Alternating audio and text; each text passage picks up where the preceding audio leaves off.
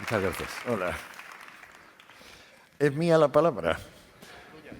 Pero, ¿en qué sitio me pongo? Porque esto al ser redondo, Como Aristóteles, peripatético. Paseas. peripatético. Ah, no pienso pasear ni de coña, que estoy jodido de la cadera. Pues aquí, donde tú quieras.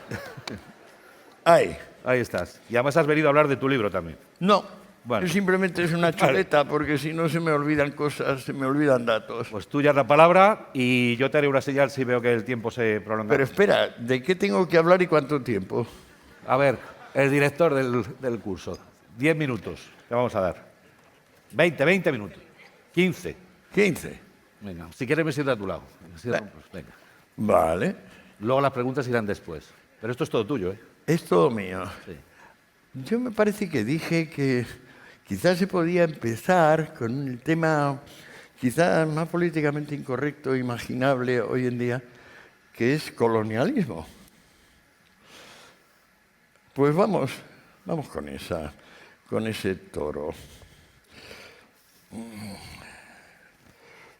Se puede calcular que la unidad de fenicios y griegos creó los primeros enclaves prósperos del Mediterráneo entre el siglo VIII y el siglo II, que fueron ciudades independientes, democráticas, como Tiro, Sidón, Trípoli, y que aquel imperio comercial subsistió hasta que llegaron los romanos con una sociedad clerical militar de raíz esclavista y se sobrepusieron a ellos.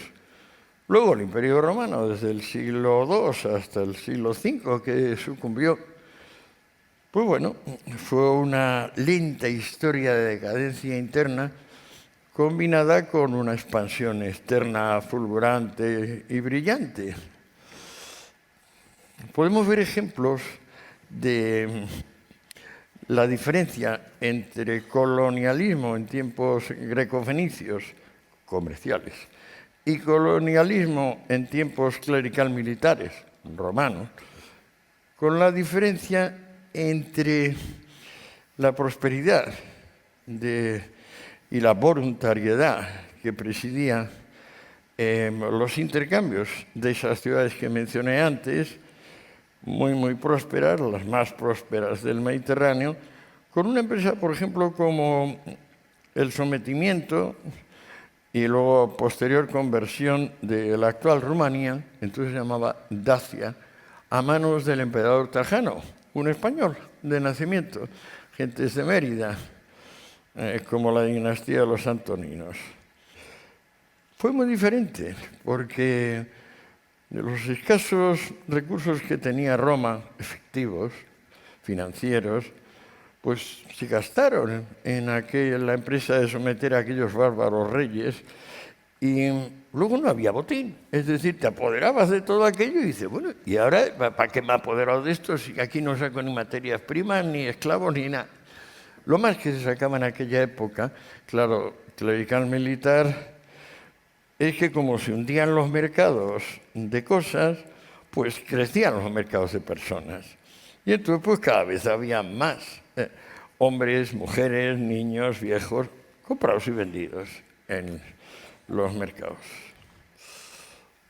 Después de la caída de Roma,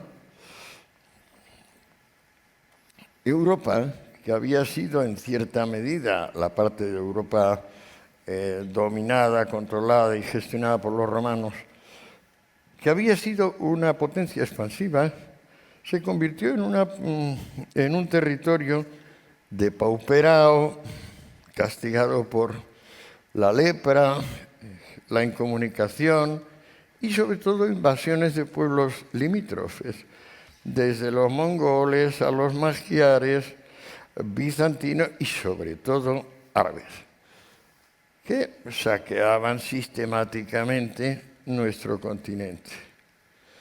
Europa empezó a renacer, como sabemos, en la época llamada renacentista, coincidiendo con la escisión dentro del cristianismo, que creó por un lado a los reformados y por otro lado a los católicos ortodoxos,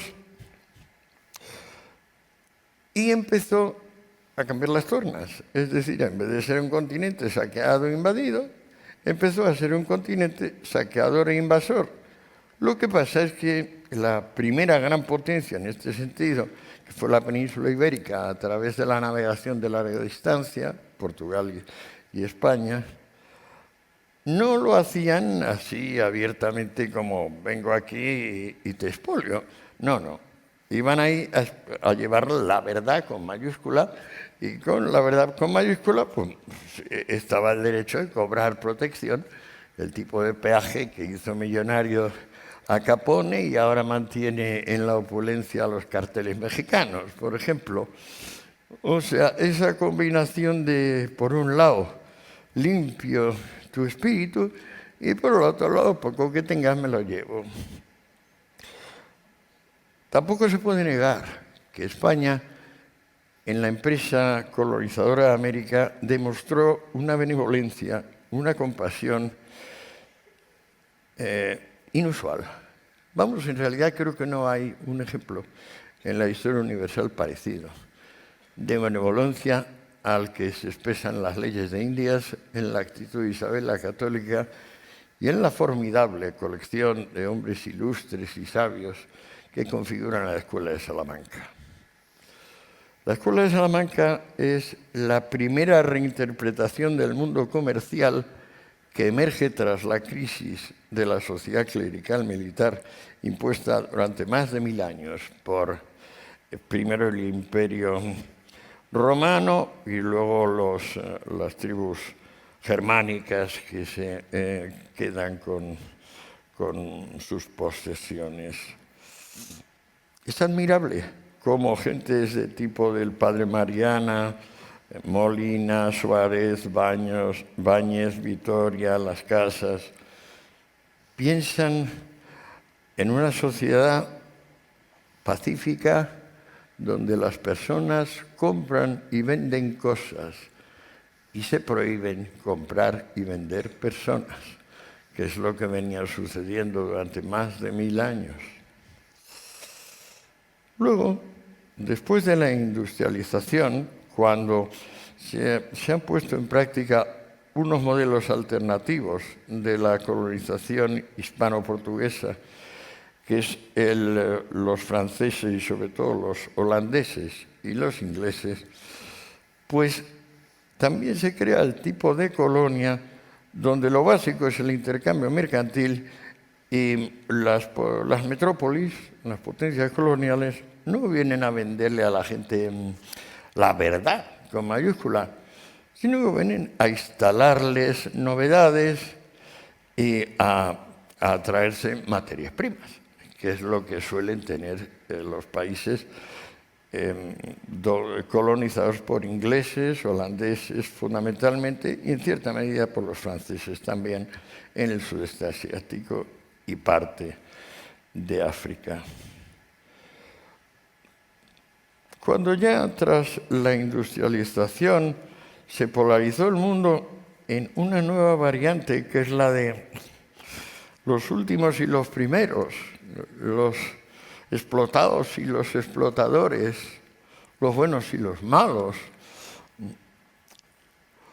pues entonces el colonialismo empezó a aparecer como el prototipo, la quinta esencia de lo que empezaba a odiarse, que se llamó capitalismo. La palabra capitalismo es bastante más reciente de lo que ustedes imaginan.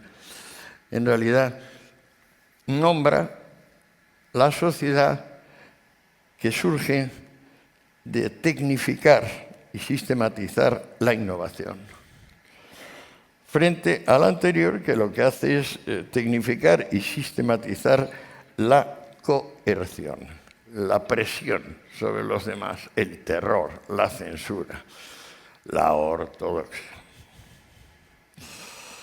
Bueno, entonces, a partir de entonces, colonial es otra forma como de infernal, de corrupto, satánico, miserable, ladrón, asesino.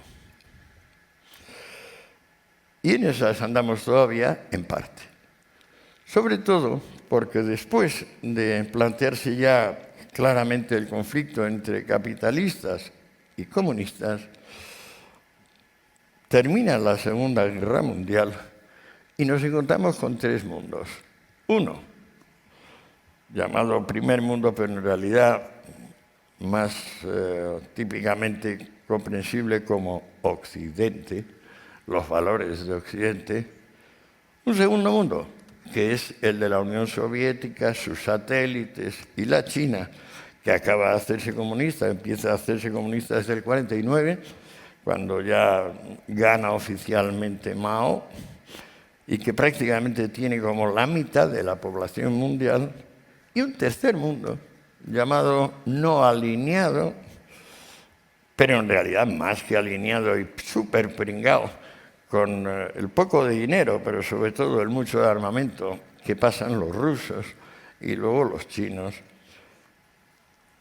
Y ahí se juega la gran batalla de la descolonización desde los años 50 hasta aproximadamente finales de los 60.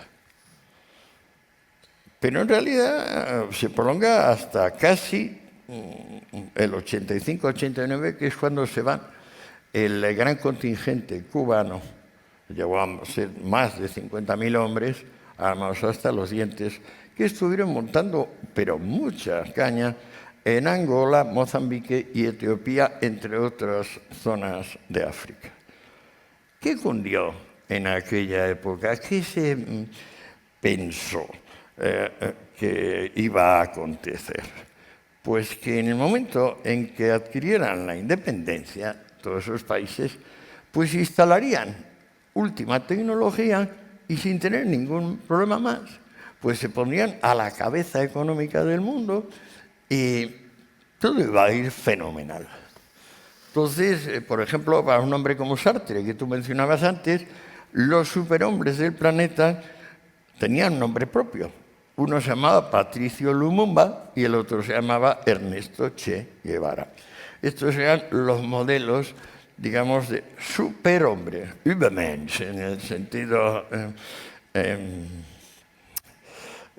nietzscheano. Tengo algunos datos curiosos que recuerdo aquí, por eso me he traído el libro como chuleta, porque como son datos, puros datos, la primera colonia, digamos, anticolonialista fue Mongolia, que con una extensión 3 veces superior a España y una población bastante inferior, en 1924 se incorporó al Imperio Soviético. Es muy gracioso, naturalmente, que imperio es imperio norteamericano. Los rusos no tienen imperio, no, ¿qué va? No, ni los zares son imperio, ni Putin es imperio, ni fue imperio durante 80 años la Unión Soviética. No. Eso es colaboración, cooperación, y todo el mundo tiene ahí derecho a entrar y salir cuando sea, no hay injerencias, nada. Es una cosa tipo, pues eso, como ahora Maduro, por ejemplo, que puede ser una de las últimas manifestaciones del fenómeno. Entonces Mongolia se incorporó en el 24 a este esquema y en 10 años perdió 2/3 de la cabaña y 1/3 de la población. Eso en términos genéricos. Vamos a ver aquí. En Yalta, Stalin prometió que el principio de autodeterminación y el principio de no injerencia lo cumpliría estrictamente la URSS. Y es lo que, por ejemplo, reclama actualmente Maduro, que nadie ingiera y que se deje la autodeterminación de las soberanías nacionales. Bien, no necesito recordarles lo que pasó con toda la Europa soviética, que en vez de poder acceder al Plan Marshall, que enriqueció brutalmente a Europa Occidental, empobreció brutalmente a Europa Oriental con ese engendro llamado Comecon. ¿Qué es lo que finalmente olvidó desde Marx a Maduro? Que la diferencia entre acumulación real y acumulación imaginaria. O sea, si se crea o no capital. ¿Cómo se crea capital? Pues mire ustedes, así, resumiendo a lo bestia, Significa que entre el proceso de creación de un bien y el proceso de consumo de ese mismo bien, se van produciendo en las cientos ilimitados o millares de mediaciones que separan la producción y el consumo, se van produciendo superávits, pero no superávits abstractos, sino superávits reinvertidos en el propio proceso del que hablamos.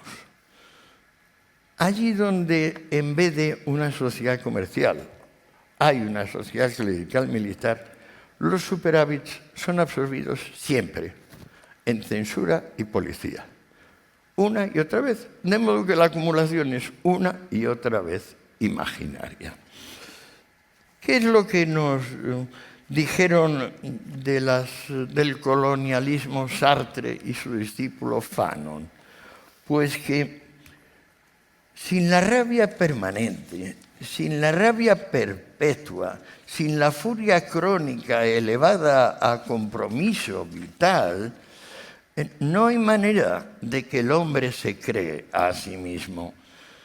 El hombre necesita un círculo cerrado, textual Sartre, un círculo cerrado de odio y venganza para resurgir. Muy bien. Entonces uno esperaría, esta gente lo que quiere es mestizaje, quiere que el hombre blanco se mezcle con... No, esta gente está diciendo que el negro es superior. O sea, el llamado antiasimilacionismo es otro nombre del panafricanismo, que prospera muy fuerte desde los años 50 y empieza un poco a caducar a finales de los años 80. Frantz Fanon, que escribió el famoso Condenados de la Tierra en el 61, nos dice que, camaradas, no rindamos tributo a Occidente. La humanidad espera de nosotros cosa distinta de la imitación, que sería una caricatura obscena. Bueno, de leer a Fanon surgió no ya Jomeini, sino el que verdaderamente el origen del integrismo islámico. Ali Shariati, un hombre que nació en el 33 y murió en el 77, en su gran documento El martirio, álzate y presta testimonio, publicado en 1965, pues fundó el revival islamista. Parece que no, pues esto depende de Fanon y de Sartre. Vamos a ver, me parece que ya estamos terminando, ¿no? Sí. Espera que terminaré yo. Sí. Vale. Este es el papel peor. Muy bien, entonces, bueno, una de las cosas que creó el anticolonialismo es esa extraña sensación. Por ejemplo, nosotros recordamos a los griegos, a los romanos, a los germanos con admiración, y la gente va a ver las ruinas de Ampuria o las de Cádiz y nos alegramos de que estuvieran los romanos, los germanos. Ahora, por ejemplo, en México hay que esconderla donde están los huesos del pobre Cortés, porque si alguien los descubriera, los sacarían y se defecarían sobre ellos. Qué cosa más noble. Claro, a mí me parece que cuando se odia a la civilización que te ha enseñado a vivir, que te ha enseñado las innovaciones, que te ha enseñado a ser civilizado, lo que haces es un daño neurológico incalculable. Y que en el futuro lo único que cabe, que se puede esperar de eso, pues es tratamiento, pues eso, como para Alzheimer o para Parkinsonismo, porque estas pobres gentes se han sumido en una autodestrucción, que es el odio, el rencor, la ignorancia, y encima todo eso como justicia. Fernando. Bueno, ya he terminado. Pues muchísimas gracias, por favor. Vamos a hacer una cosa. Ha sido un caudal de conceptos enorme y además bastante heterodoxo, por otra parte. Cuando acabe cada uno de los intervinientes vamos a tener un coloquio para poder enzarzaros, si queréis. Como digas. Venga, pues vamos a por la siguiente. Se cae la pena. Yo no tengo que hacer nada más, ¿no? Yo no sé, lo que... Por ahora, yo me voy para allá. Sí, yo te ayudo, sí. Vale.